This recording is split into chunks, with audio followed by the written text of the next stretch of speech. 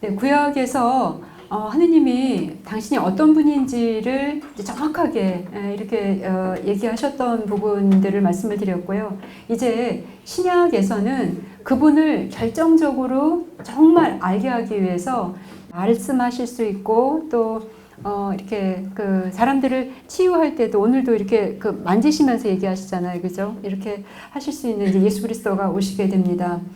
그래서 이제 예수님, 하나님께서는 직접적으로 당신 자신을 보내시는 일이 벌어지게 되는데 이분이 이 특징이 있어요. 초지일관 당신이 좋아하시는 스타일이 있는 거죠. 예수님이.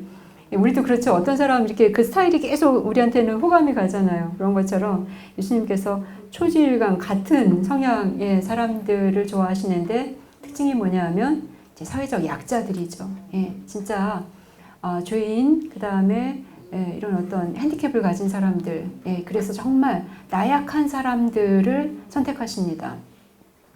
그래서 성서를 보시면 예수님을 만나는 그런 그 특혜를 받는 사람들의 특징이 뭐냐 하면 도덕성과 윤리성과는 상관이 없어요.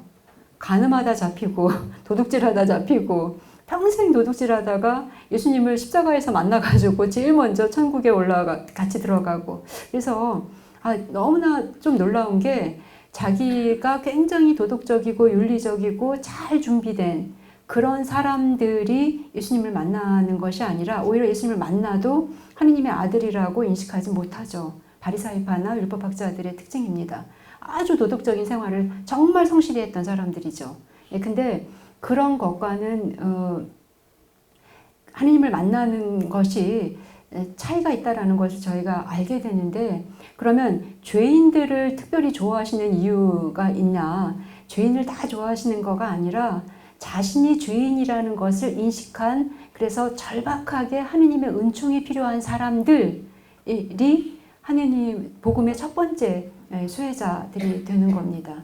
그러니까 죄인이라 하더라도 예수님의 왼쪽에 있었던 그 강도는 끝까지 하느님을 인식을 못하잖아요. 그죠? 그래서 다른 사람 다 살렸으면서 너는 왜 스스로는 살리지 못하냐라고 굉장히 도발적인 그런 것을 자꾸 주죠. 그래서 죄인이라고 하느님께서 일관적으로 초지일관적으로 좋아하시는 게 아니라 핵심은 뭐냐면 나약함에 있습니다. 내가 얼마나 부족한지, 내가 얼마나 그 약한 존재인지. 그래서 내 힘으로는 안 되기 때문에 하느님께서 함께 계시지 않으면 안 된다라는 것을 인식한 사람들, 이게 예수 그리스도를 만나는 첫 번째 조건이 됩니다. 그리고 그런 사람들을 초지일관 사랑하시는 그런 분인 거를 알려주는 책이 신약성경이고 우리는 그런 분이라는 것을 알아야 된다는 거죠. 예수님이 그런 분이라는 걸. 그래서 요한복음 15장 12절에서 15절 우리 여기 화면에는 없네요. 여기서 보면은 예수님이 그런 얘기를 하시죠. 내가 더 이상 너희를 종이라고 부르지 않고 친구라고 부르겠다. 종은 주인이 하는 일을 모르지만 나는 아버지께로부터 받은 것을 다 너희들에게 알려주었다. 왜냐하면 너희가 나의 친구이기 때문에. 그래서 하느님은 예수 그리스도는 우리를 친구로 여기시는 가장 친한 친구로 여기시는 그렇게 얘기를 하셨는데 우리만 못 받아들이는 거죠 지금. 그런 게 있고 그리고 고린도전서 1장 18절에서 28절에 보면 그 십자가 사건에 대한 얘기를 합니다. 이거는 뭐냐 하면 결국 그럼 예수 그리스도가 어떤 분이냐 그 인간들 결점이 많은 나약한 이 인간들 때문에 그들을 결점까지도 사랑하신 분 이제 이렇게 알려주시고 계시거든요. 근데 글쎄 엄마들은 어떠신지 모르겠어요. 아이들의 결점까지도 사랑하시나요? 엄마들 어떠세요? 아니시죠. 결점 고치라고 막 얘기하시죠. 너 이거 안 고쳐? 그렇게 하시죠. 근데 하느님은 결점까지도 사랑하시는 분이라는 건데 왜 제가 엄마들한테 자꾸 물어보냐 하면 성경은 하느님이 어떤 분이고 그분의 사랑이 어떤 건지를 설명하기 위해서 인간이 체험하는 모든 사랑을 다 소개하고 있어요. 그래서 하느님이 때로는 모성으로도 소개되고 부성으로도 소개되고 신랑과 신부처럼 소개되기도 하고 이렇게 친구 난 너를 친구라고 부르겠다. 친구로 소개되기도 하고. 그래서 그분의 사랑이 여러분들 중에 어떤 그런 분들 계시더라고요. 수녀님들은 예수님하고 결혼했는 줄 아시더라고요. 그죠? 예수님이 신랑이시고 근데 그렇게 아주 100점짜리 답은 아닙니다. 예수님은 그렇게 결혼 안 하시려고 십자가에 죽기까지 결혼을 안 하셨고 그 많은 예루살렘 부인들이 많으셔도 결혼을 안 하신 분들을 이 어마어마한 그 여성들을 다 이렇게 그분께 이거 아니고요. 우리는 종말론적인 삶을 사는 사람들이라서 하늘나라에서는 시집가고 장가가는 일이 없다고 얘기되기 때문에 저희가 시집가고 장가가고 안 하는 거거든요. 예, 근데 그래서 이제 보면은 하느님을 여러분들 이제 수녀님들은 막 남편처럼 막 그렇게 생각하나 보다 그러시는데 그런 것 자체가 하느님의 사랑을 좀 축소시킬 수도 있는 그런 비전입니다. 그분의 사랑을 설명하기 위해서 인간이 체험하는 모든 사랑이 다 들어가 있고요. 근데 그것보다도 더 프로토타입이라는 거예요. 그래서 근데 이 많은 사랑 중에서 가장 원형에 가까운 사랑이 모성이래요.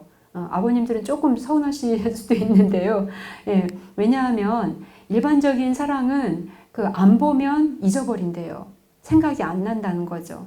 근데 안 봐도 결코 잊어버리지 않는 게 모성이래요.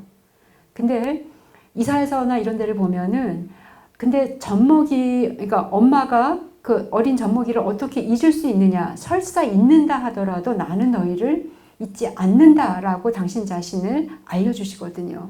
예, 근데 그러니까 가장 원형에 가까운 그 많은 사랑 중에서 가장 원형에 가까운 사랑이 모성인데 모성보다도 훨씬 더 원형에 가까운 그래서 이 모든 사랑을 다 포함한 사랑을 하시는 거고 우리 역시 하느님한테 그런 사랑을 드리면 되는 겁니다.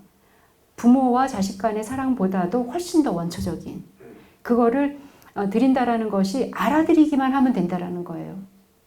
그래서 때로는 자식과 부모 간에 서로 트러블도 있고 갈등이 생기고 이런다 하더라도 하느님하고는 그런 것이 없는 분이라는 것을 알아들이는 것이 신앙이라고 아까 말씀드렸죠. 예.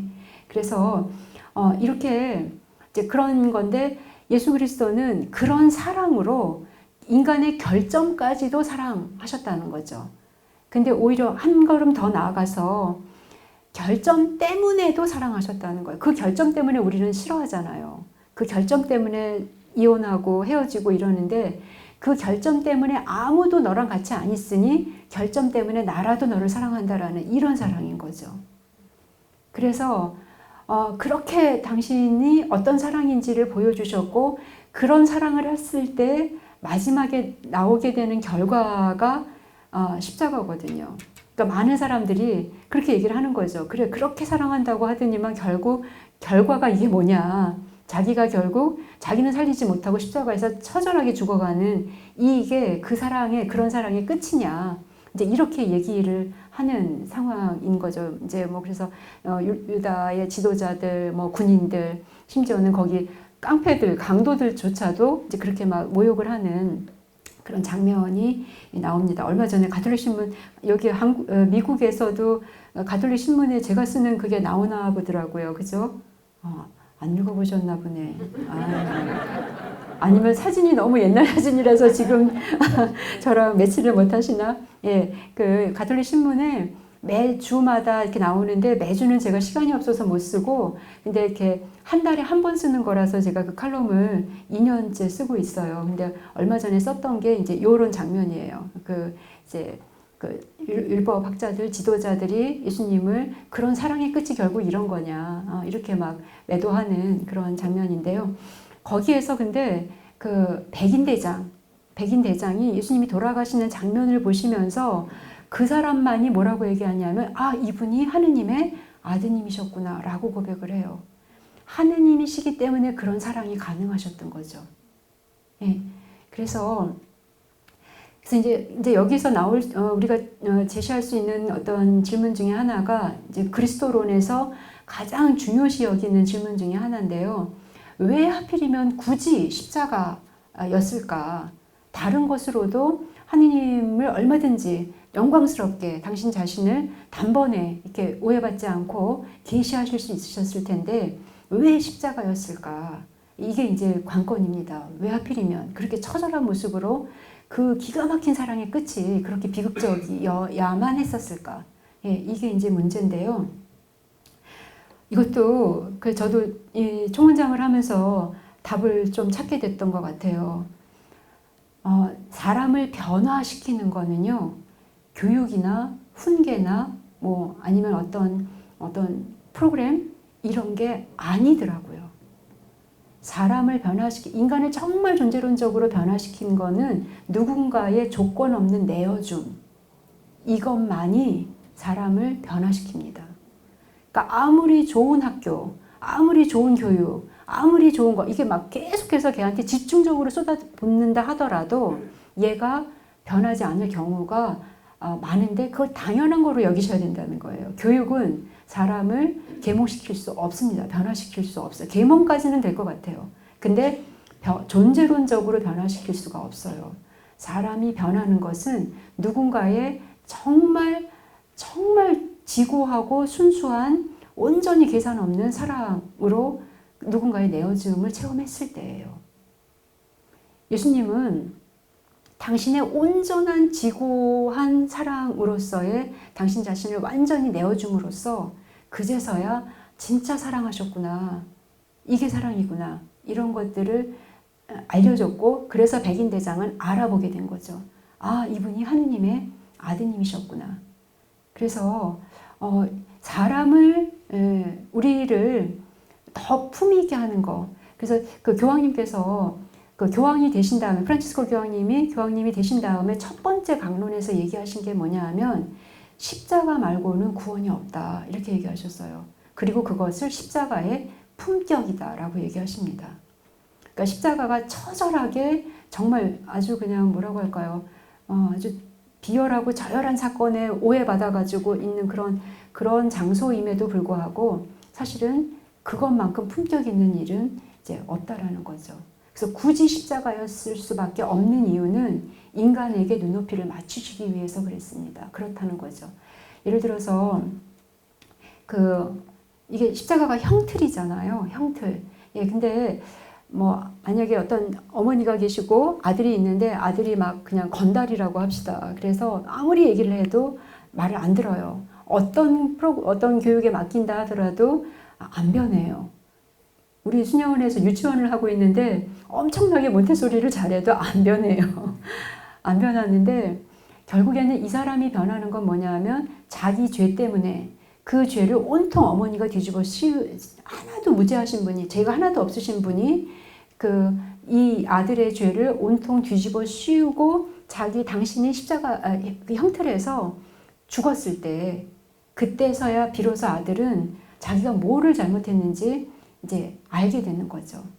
엄마의 사랑이 어떤 거였는지. 그래서 내가 이건 하지 말아야 되고 이건 해야 되고 뭐 이런다고 해서 변화되는 것이 아니라 진짜 지고한 사랑을 발견했을 때 사람은 회개가 시작이 됩니다. 회개해서 사랑하게 되는 게 아니에요. 이웃을 사랑하라. 그리고 원수를 사랑하라. 아무리 얘기를 해도 그래서 회개해서 사랑하는 게 아니라 사랑을 알았을 때 저절로 이루어지는 것이 회개죠. 그래서 회개를 메타노이아라고 하거든요. 히라버로. 많이 들어보셨죠? 메타는 전치사고요. 노이아는 노에오라는 동사에서 파생된 명사예요. 근데 노에오라는 히라버 동사에서 to know라는 영어가 나왔어요. 그래서 노에오라는 동사가 알다라는 동사예요. 즉 회개라는 것은 메타노에오, 즉 인식 지평이 달라지는 것을 회개라고 하는 겁니다. 뭐 거짓말 안 하고 싸움 안 하고 뭐 사치 안 부리고 뭐 이런 게 회개가 아니라 내가 살아온 것이 그냥 지금까지의 삶과 그것이 가지고 있는 한계를 알면서 내 인식 지평이 넓어지는 것.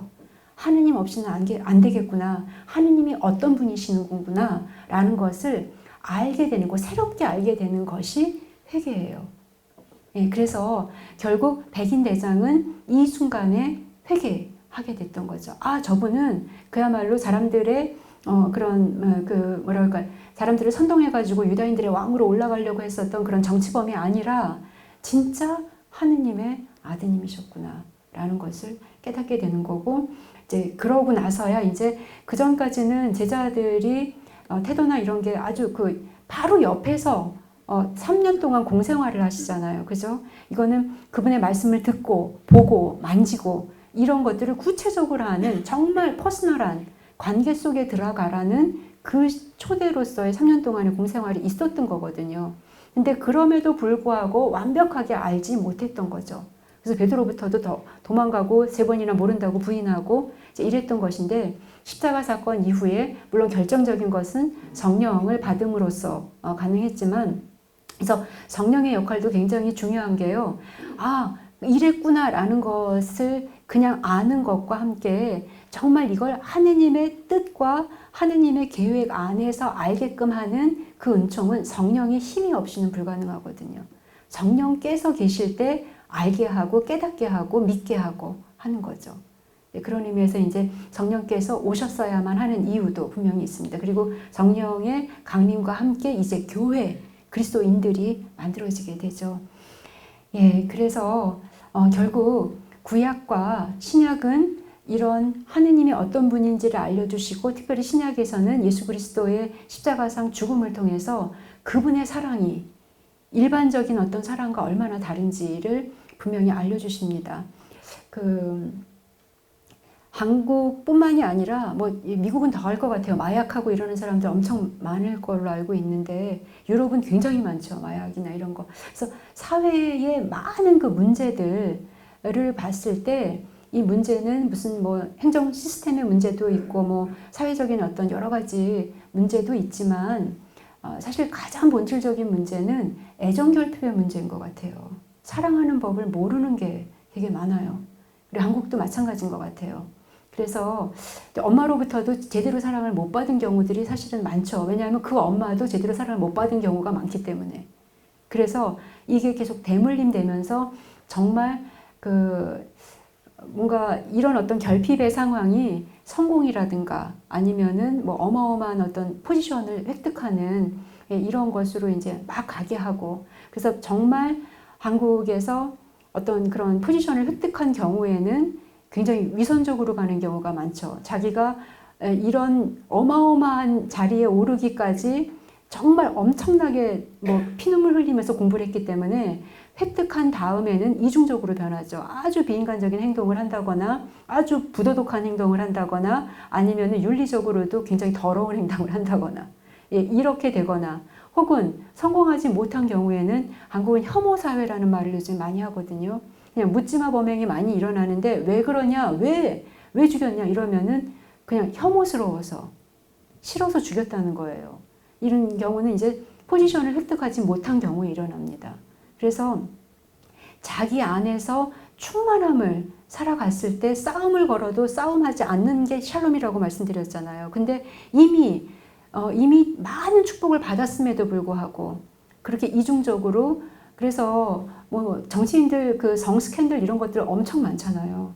겉으로는 굉장히 도덕적인 사람들인데 아니라는 거예요. 남들이 안 볼 때는.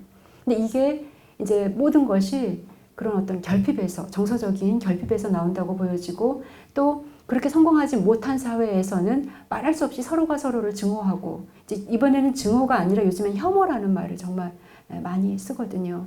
예, 그래서 결국 근데 엄마나 주변 사람, 인간이 줄 수 있는 사랑에는 한계가 있죠. 왜냐하면 언제고 끝이 있을 수밖에 없으니까. 결국 이런 거 안에서 모든 것을 완전하게 나와 동행할 수 있는 파트너로 하느님을 인식하느냐 안 하느냐, 이게 이제 신앙생활의 관건이 된다라고 보시면 되겠습니다.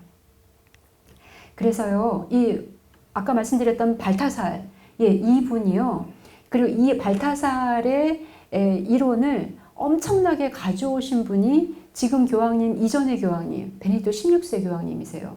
그래서 20세기 최고의 신학자들 3명을 들어라 그러면은 칼 라너라는 사람, 그 다음에 발타살, 그 다음에 이제 교황님, 베네딕토 16세 교황님, 이렇게 들으시면 되고, 두 분은 돌아가셨지만 지금 교황님은 좀 편찮으시긴 하시지만 아직 살아계시잖아요. 근데 그래서 이제 현존하시는 최고의 신학자라고 할 수 있는 분이시고, 우리 프란치스코 교황님은 신학자라기보다는 사목자시죠. 예, 예, 이런 이제 그래서 아주 현장에 밝으신 분이신데 이 베네딕토 16세가 발타살의 의견을 굉장히 많이 가지고 오시는데요. 그 신앙의 핵심이 뭐냐? 이 최고의 신학자가 얘기한 신앙의 핵심이 뭐냐면 하느님과의 만남 그리고 거기에서 발생하는 신학적 미학이다 이렇게 얘기를 하세요. 신앙이 뭐냐?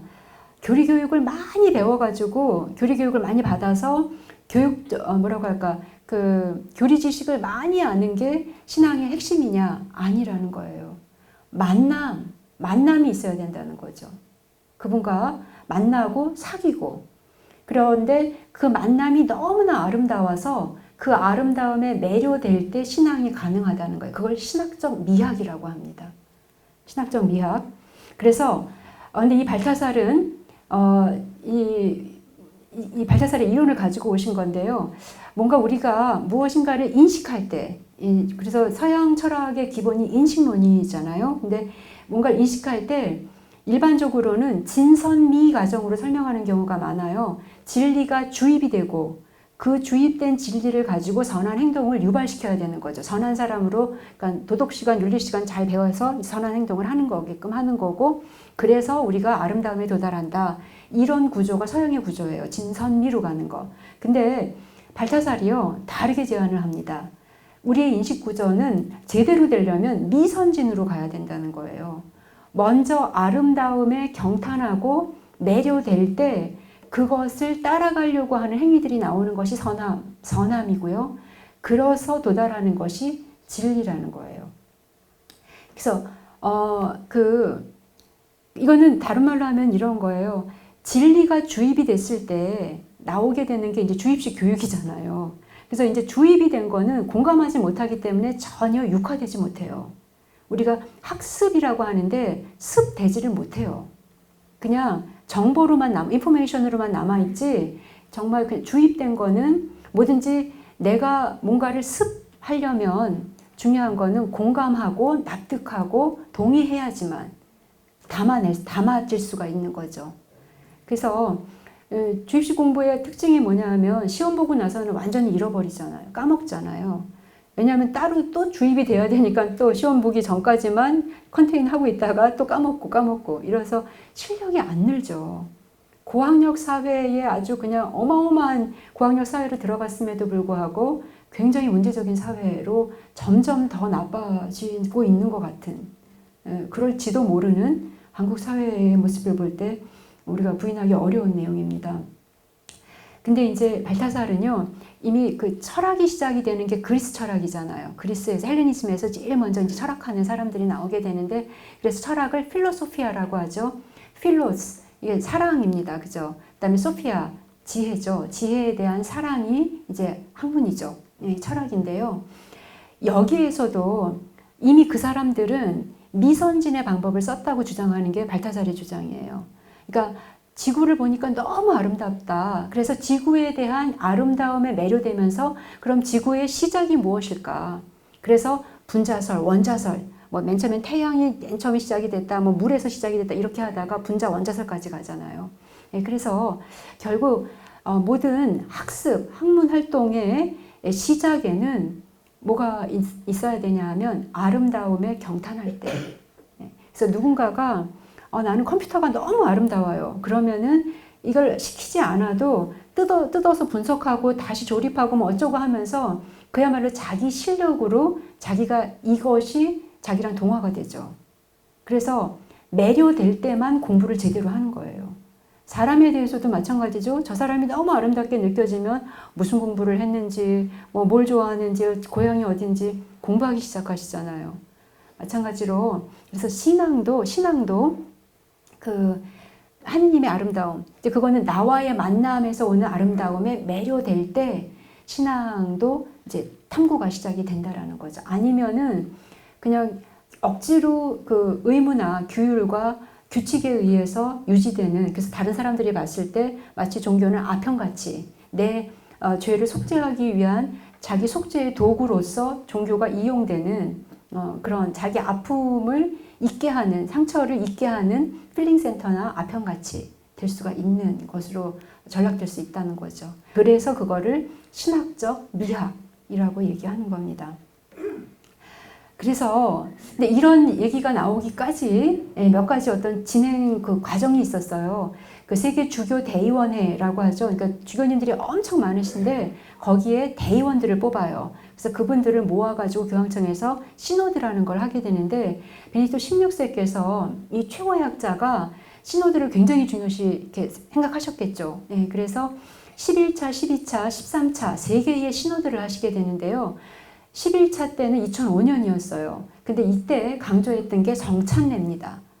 우리 영성체 하시잖아요. 그죠? 성찬례. 그래서 문헌으로 사랑의 성사라는 문헌이 나왔고요. 그 다음에 3년 뒤에는 2008년에 교회의 삶과 사명 안에서 하느님 말씀에 주목을 한 거예요. 그래서 아까 말씀드렸던 주님의 말씀이라는 문헌이 이때 나오게 됩니다. 그리고 나서 13사 때 마지막 당신 시노드 때 신앙에 대한 얘기를 하면서 새복음화라는 이야기를 이때 하시게 되면서 신앙의 해를 선포하셨었죠. 기억나시죠? 2012년에 신앙의 해.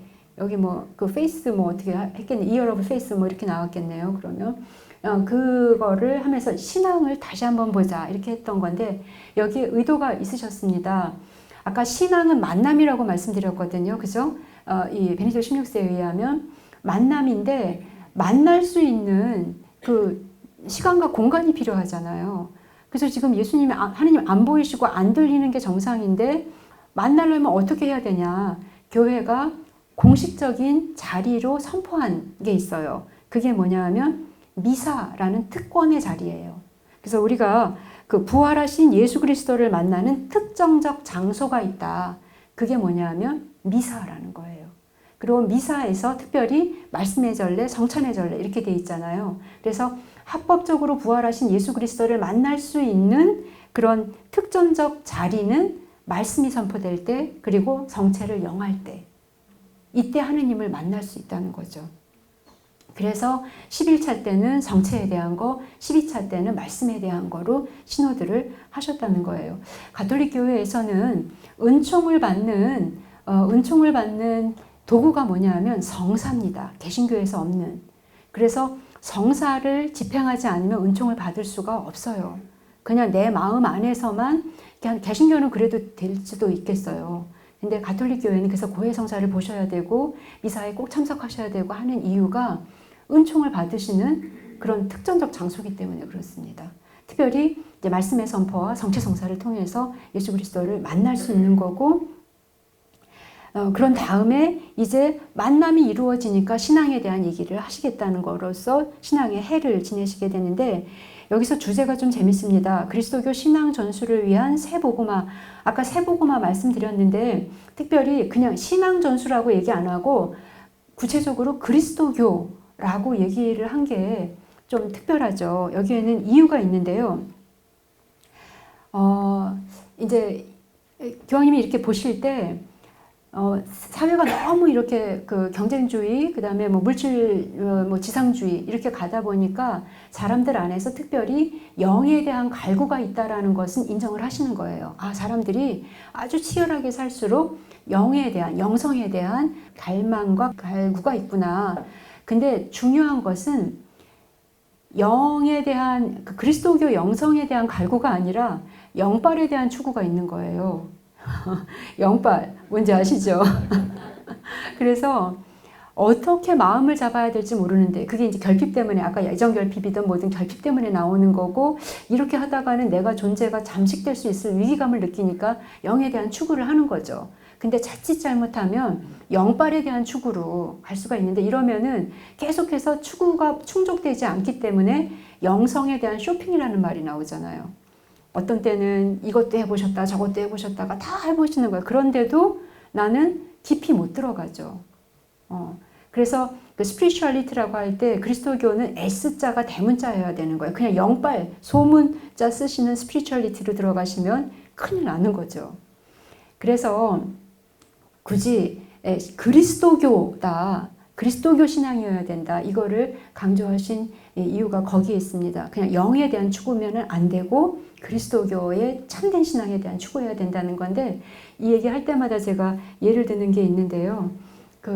정말 실제 있었던 일이에요. 수녀님들이 이렇게 수도 생활을 하시다가 때로는 그냥 그만두실 때도 있어요. 예, 근데 어떤 스님이 그만두셔가지고 뭐 하시나 이렇게 궁금해서 찾아봤어요. 찾아봤더니 수녀님이 스님이 되신 거예요. 스님. 예. 저희 분위기 안 좋으신데요, 지금. 예, 근데 이게 맞아요. 예. 뭐냐 하면요. 그리스도교 영성에 대해서 정말 온 생명을 다 바쳐서 자기 인생을 다 걸고 수도 생활을 하는 사람들이잖아요. 저희가 다 걸었죠. 정말 다 걸었는데, 이런 거를 하는 사람들이 이거 아니면 딴 거로 해야지, 이건 영빨 때문에 나오는 일이에요. 영빨. 이거 아니면은 이런 자기 DNA 안에 이상한 뭐라고 할까, 종교심, 허영, 그래서 이제 그 영성에 대한 허영심이 되게 큰 문제가 되기도 해요. 그래서 그냥 이제 그러니까 스님이 되는 거거든요. 근데 교황님은 분명하게 얘기하시는 것이, 그리스도교 신앙은 예수 그리스도 아니면은 영빨 때문에 이거 사는 게 아니라 예수 그리스도 때문에 이런 삶을 살아야지만 수도자다, 이렇게 얘기하는 거죠. 너가 아니면 안 되는 거예요. 그러니까 예수 그리스도가 파트너가 아니면 다른 종교는 나에겐 참된 종교가 아니라고 봐야 되는 게 맞다는 거죠. 이게 그리스도교 신앙이에요. 그래서 일반 종교심과는 매우 차별화되는, 예수 그리스도가 아니면 다른 것은 하나도 의미가 없어야지만 진정한 신앙이라고 보는 거죠. 신앙의 해의 주제를 이렇게 잡으신 거예요. 그래서 그냥 자기 안에 종교심의 발로로 그냥 여기저기를 이렇게 헤매면서 돌아다니는 게, 이게 영성에 대한 갈구가 아니라는 거예요. 너 아니면 안 되는 거. 그래서 예수 그리스도가 아니시면, 그분 아니면, 그분과 그래서 계약을 맺은 거고, 그분을 그대로 사랑하고 존경하고 믿기 때문에 내 마음 안에 담는 거고, 어떤 어려움이 있다 하더라도 그분이 나를 사랑하시는 것을, 내 어려움을 내 혀끝에 오르기도 전에, 내가 탄원을 하기도 전에 이미 알고 계시는 분이고, 그래서 다른 사람들에게 뭔가 구차한 자기 기만이나 자기 합리화를 할 필요가 없는 거, 이런 충만함을 사는 것이 구원이고 샬롬이고, 이런 일이 벌어지는 거는 여기에서만 일어나는 거지, 불교 가서 될 수 있는 거는 아니라는 거죠.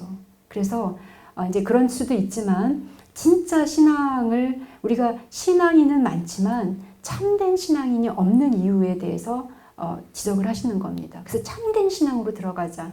이게 신앙의 해에서 이루어졌던 일이에요. 예, 그래서 이게 이제 교황님께서 하셨지만 사실은 발타살 때부터 시작이 됐었던 일이라는 거고요. 그래서 그 교황청 문헌, 그 신앙의 해에서 나왔던 공식 문헌들입니다. 거기에 보면 이 신앙의 해는 그리스도교 신앙의 기초가, 신앙의 기초가 뭐냐? 삶의 새로운 시야와 결정적인 방향을 제시하는 한 사건, 한 사람을 만나는 것이다 라고 얘기를 합니다. 그래서 부활하신 그리스도와의 만남에 바탕을 둘 때 신앙은 온전함과 모든 광채를 되찾을 수 있습니다. 교리 교육으로 혹은 도덕적인 규범이나 규칙으로 신앙생활을 잘하는 게 아닙니다. 만나야 됩니다. 그리고 그 부활하신 만남의 아름다움에 매료될 때 신앙은 광채를 되찾을 수 있습니다. 이렇게 얘기하는 거고요. 그래서 당신이 나자렛 예수라는 책을 쓰시는데요. 거기에 이스라엘은 모세와 같은 예언자는 다시는 일어나지 않았다. 그는 주님께서 얼굴을 마주보고 사귀시던 사람이다. 신명기 34장 10절을 인용하시는데요. 여기 지금 뭐 미국이니까 여기 공항에 올 때도 제가 이렇게 많이 봤는데 전통 유다인들 굉장히 많대요. 보니까 그거 이렇게 머리 곱슬곱슬 하시고 뭐 이런 분들이, 뉴욕이라서 그런가? 뉴욕에서도 이제 그니들이 가지고 있는 위상이 대단한 거죠. 그죠?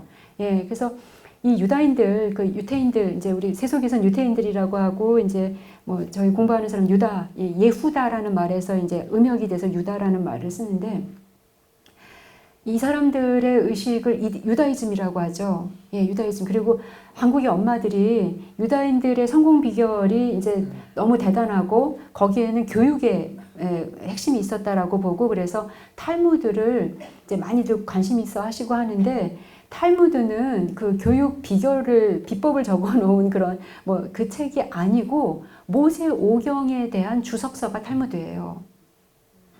그러면 모세오경, 성경이 교육의 핵심이라는 얘기잖아요. 그죠?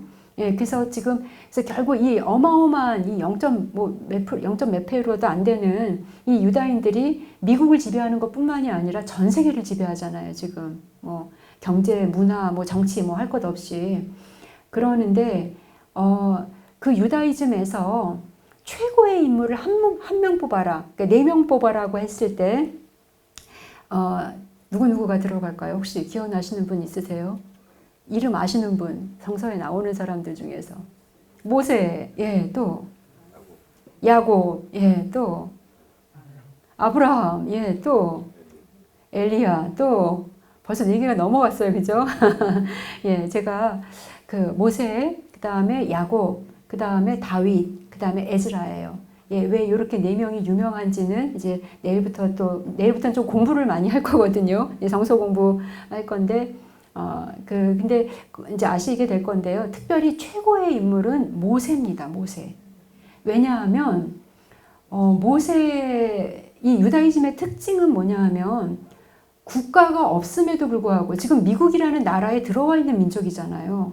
그러니까 유별나게 국가라는, 나라라는 시스템이 없어도 민족이 국가가 돼버리는, 왕도 없고 대통령도 없는데도 불구하고 민족은 어디서나 미국에 있건 프랑스에 있건 뭐 어디 이스라엘에 있건, 이스라엘은 물론 나라가 있지만요, 이 사람들의 특징은요, 국가라는 시스템이 필요 없이 민족만으로도 어마어마한 파워를 발휘할 수 있는 사람들이에요. 만약에 우리가 대한민국 정부가 무너진다라고 하고 우리가 다 흩어진다면 우리 한민족이라는 사람들이 제대로 살 수 있을지 모르겠어요. 근데 이 유다인들은요, 사실은 기원전 6세기에 이미 나라가 무너졌던 나라예요. 기원전 6세기에. 그래서 쭉 그냥 나라 없이, 근데 나라가 없으면 민족이 없어져야 되잖아요. 근데 유태민족은 유지가 되는 거예요. 그래서 이게 언제 국가를 세우냐 하면 2차 세계대전 끝나고 1948년에 텔아비브에 임시정부가 들어서요. 텔아비브에 임시정부 들어서면서 이스라엘이라는 조그만 나라가 만들어진 거예요. 그러니까 1948년에서 6세기를 하면은 1948년, 2000년이 넘네요. 예. 그런 사이에 유지가 됐다라는 거거든요. 그거는 이데올로기가 있어서 정신무장 때문에 가능한 거고, 이 정신무장을 가능하게 했던 것은 민족주의 때문에 그래요. 근데 이 민족을 결성했던 인물이 누구냐? 모세라고 보는 거예요. 왜냐하면 모세 이전에 아브라함, 야곱 이런 사람들은요, 부족장들이에요. 가족, 그래서 파더들이라고 얘기하죠. 성조들.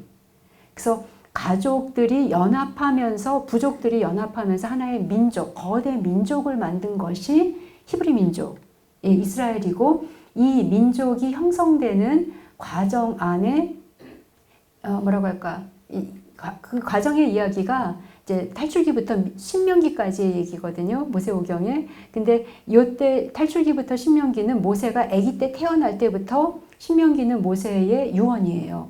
죽을 때까지 모세의 일대기를 통해서 이스라엘 민족이 성조들의 이야기에서 이제 더 이상 가족의 이야기가 아니라 가족들이 연대한 민족의 거대 민족 공동체로 커가는 얘기가 나옵니다.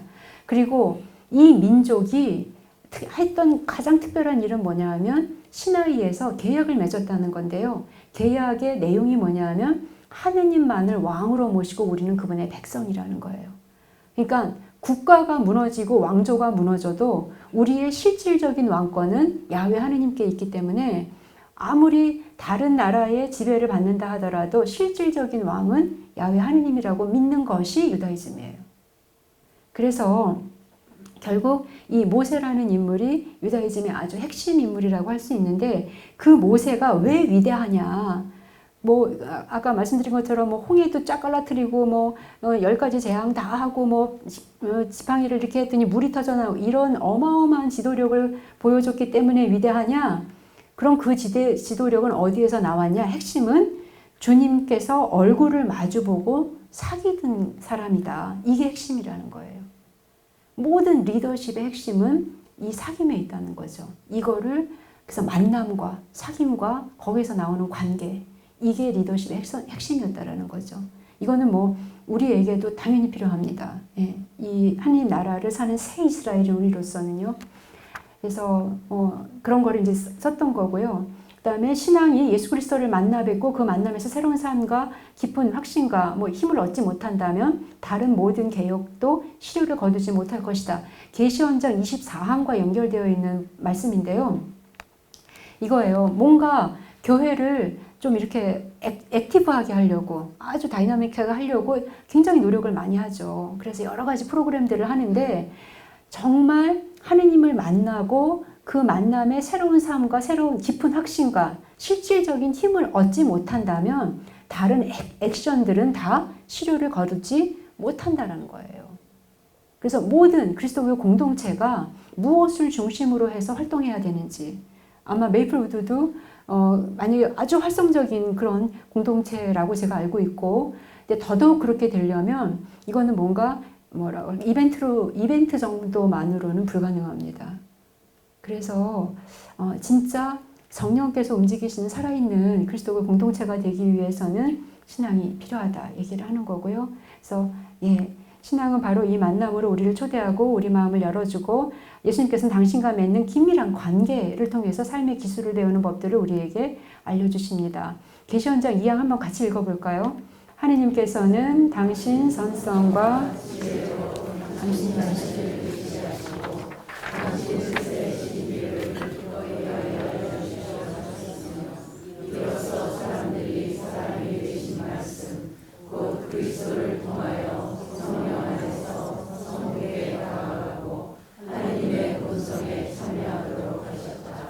그래서 눈에 보이지 않는 하느님께서는 이 계시로서 당신의 넘치는 사랑으로 마치 친구를 대하듯이 인간에게 말씀하시고 인간과 사귀시며 당신과 친교를 이루도록 인간을 부르시고 받아들이시다. 여기까지만 읽을게요.